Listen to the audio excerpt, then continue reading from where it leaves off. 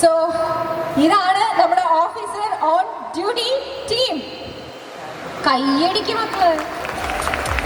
So സാഗോച്ച, നമുക്ക് നമ്മുടെ പാട്ട് ലോഞ്ച് ചെയ്താലോ? നമസ്കാരം, എല്ലാവർക്കും നമസ്കാരം. Thank you very much.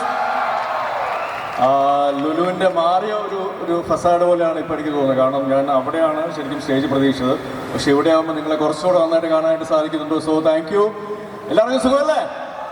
അടിപൊളി. 20-ാം തീയതി നമ്മൾ ഓഫീസേഴ്സ് ഓൺ ഡ്യൂട്ടി ആയിട്ട് കുറച്ച് ആൾക്കാർ, നല്ല ആൾക്കാർ, അതായത് ഒരു പിടി നല്ല പോലീസ് സിനിമകൾ നൽകിയിട്ടുള്ള ടെക്നീഷ്യൻസിൻ്റെ കൂടെയുള്ളൊരു സിനിമയാണ് ഓഫീസർ ഓൺ ഡ്യൂട്ടി.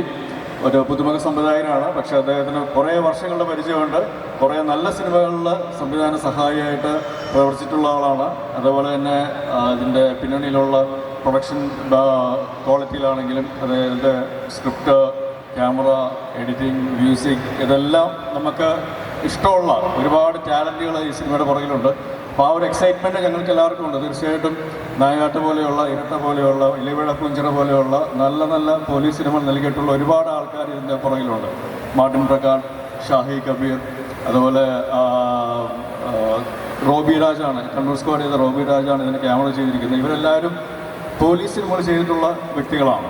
അപ്പോൾ അവരിൽ നിന്നും ഒരു പോലീസ് സിനിമ വരുമ്പോൾ അത് എത്രത്തോളം അവർ ഇതിന് മുമ്പ് ചെയ്തിട്ടുള്ള സിനിമയിൽ നിന്നും വ്യത്യസ്തമാക്കാനായിട്ട് ശ്രമിക്കുമെന്നുള്ളത് നമുക്ക് 20-ാം തീയതി അറിയാൻ സാധിക്കും.